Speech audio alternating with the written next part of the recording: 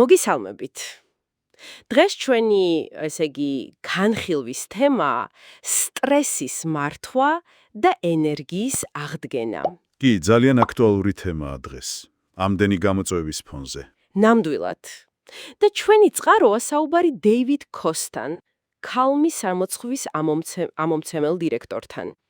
ვეცდებით ჩავუღმავდეთ, როგორ მართოთ ჩვენი გონებრივი რესურსი, ჩვენი ბატარეა, ასე ვთქვათ. და როგორ ავიცილოთ თავიდან ის ცნობილი გადაწვა, ხო, სამსახურშიც და პირად ცხოვრებაშიც. ზუსტად. და სანამ დავიწყებთ, ერთი მართლად შთამბეჭდავი ფაქტი წყაროდან. გისმენთ.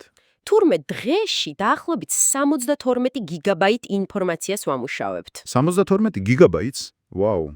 ეს იგივეა, რომ რა ვიცი, ყოველ დღე ხობიტი წაიკითხო. ხო, წარმოგიდგენიათ. გასაკვირი აღარაა მგონი, რატომ არ სულ დაღლილები. ნამდვილად არ არის გასაკვირი. ეს ინფორმაციული გადატვირთვა პირდაპირ ურტყამს ჩვენს შინაგან ენერგიას. და აი აქ შემოდის ეს საინტერესო ბატარეის ანალოგია, რომელსაც ხო ახსენებს. კი, ეგ მართლა კარგი მოსაზრებაა. როგორც ვიცი, იდეა მის მეგობარს ეკუთვნის. ხო, რომელიც შვილებს ეკითხებოდა არა როგორ ხარ, არამედ როგორ არის შენი ბატარეა. გენიალურად მარტივი არა. ეგრევე ხვდები რაზეა საუბარი. კი, და თითქოს უფრო ადვილია ამაზე პასუხის გაცემაც. ნამდვილად.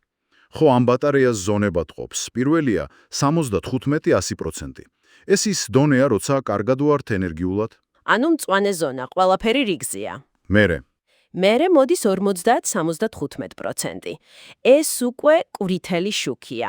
სიგნალი, რომ ცოტა უნდა შევანელოთ, დატენვაზე ვიფიქროთ. ანუ აქ უკვე შეიძლება პირველი ნიშნები ვიგრძნოთ, ხო? გაღიზიანება, კონცენტრაციის დაქვეითება. ზუსტად. შემდეგ არის 25-50%, ნარინჯისფერი ზონა. ეს უკვე აშკარა მოწოდება, შეისვენე. რა შეიძლება გავაკეთოთ აი პრაქტიკულად? თუნდაც ტელეფონი გადადოგოლედზე გაისიარნო 5 წუთი, რამე მარტივი, რაც გონებას გადაგირთავს. მესმის. და ბოლო ზონა. 0-დან 25%. ეს უკვე წითელი ზონაა, სერიოზული განგაში. აქ უკვე მყარი გაჩერებაა საჭირო. ანუ ეს იმას ნიშნავს, რომ რაღაცას ფუნდამენტალურად არასწორად ვაკეთებთ. კი, და დროა, სერიოზულად ვიფიქროთ აღდგენაზე. ეს ზონები კარგად გვაჩვენებს სად ვართ. და აქვე ალბათ სტრესის თემაც შემოდის. რამდენად არის ეს ბატარეა სტრესთან კავშირში? პირდაპირ კავშირშია. წყაროებში გარკვევითაა ნათქვამი, რომ სტრესი ორნაირია. კარგი და ცუდი. კარგი სტრესი, ანუ სტრესი შეიძლება კარგიც იყოს. კი, ეუსტრესი. ეს ის სტრესია, რომელიც გვაიძულებს გავიზარდოთ, გამოწვევებს გავუმკლავდეთ, მდგრადობას გმატებს. გასაგებია. და ცუდი? ეს არის დისტრესი, ის ქრონიკული დატვირთვა, წნეხი, რომელიც იწვევს შფოთვას, გამოფიტვას, ჯანმრთელობის პრობლემებსაც კი. სამსახურში სტრესი ხშირად გარდაუვალია, მაგრამ მთავარია ეს ორი ერთმანეთისგან გავარჩიოთ და ბალანსი ვიპოვოთ. საინტერესოა, როგორ შეუძლია სამუშაო გარემოს ან კომპანიის კულტურას დახმარება ამ ბალანსის პოვნაში. ლიდერის როლზე რას ამბობენ? ლიდერის როლი ძალიან დიდია. წყარო ახსენებს მოწყვლადობის მნიშვნელობას. როცა ლიდერი აღიარებს საკუთარ სირთულეებს, ეს ქმნის უსაფრთხო გარემოს. ანუ არ არის სისუსტე. პირიქით, ეს აძლიერებს გუნდს. თანამშრომლები ხედავენ, რომ მარტო არაიან. მაგალითად, ჯონ სკალი, Apple-ის ყოფილი CEO, საკუთარ თავს მთავარ მომსმენ ოფიცერს ეძახდა. მოსმენა უმნიშვნელოვანესია. ეს საინტერესო მიდგომაა. და კონკრეტულად ქალმში თუ იყენებენ რაიმე პრაქტიკებს? კი, ცდილობენ.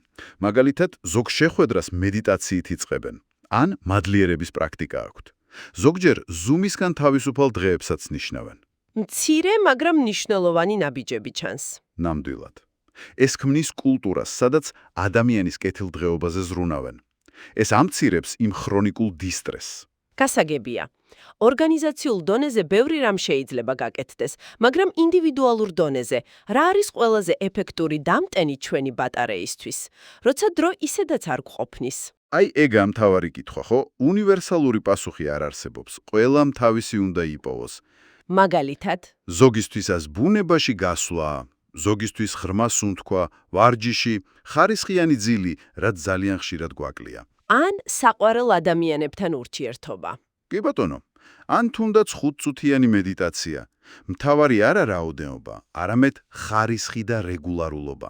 უნდა გვახსოვდეს, რომ შესვენება და გადატვირთვა ხშირად ყველაზე პროდუქტიული რამაა, რისი გაკეთებაც შეგვიძლია. ძალიან ლოგიკურია. ესე იგი, შევაჯამოთ. ბატარეის ანალოგია მართლა კარგი და მარტივი ინსტრუმენტია. კი, საკუთარი ენერგიის შესაფასებლად და დროულად სამოქმედოდ. მნიშვნელოვანია სტრესის ტიპების გარჩევა და იმის ცოდნა, რომ გარემოს შექმნასაც დიდი მნიშვნელობა აქვს. ნამდვილად. და ბოლოს, მოდით ერთი კითხვა დავსვათ საკუთარ თავს და ჩვენს მსმენელსაც. გისმენთ. აი ამ ეპოქაში, როცა სულ აპლიკაციებზე და ტექნოლოგიებზე ვართ დამოკიდებულები, იქნებ ყველაზე ღირებული აპლიკაცია სულ სხვა რამეა. ანუ უნარი, რომ შევამოწმოთ ჩვენი შინაგანი ბატარეა და შევარჩიოთ მისთვის სწორი დამტენი. იქნებ ეს ძილი, ბუნება, ურთიერთობა თუ უბრალოდ სიმშვიდე. იქნებ ესაა მთავარი.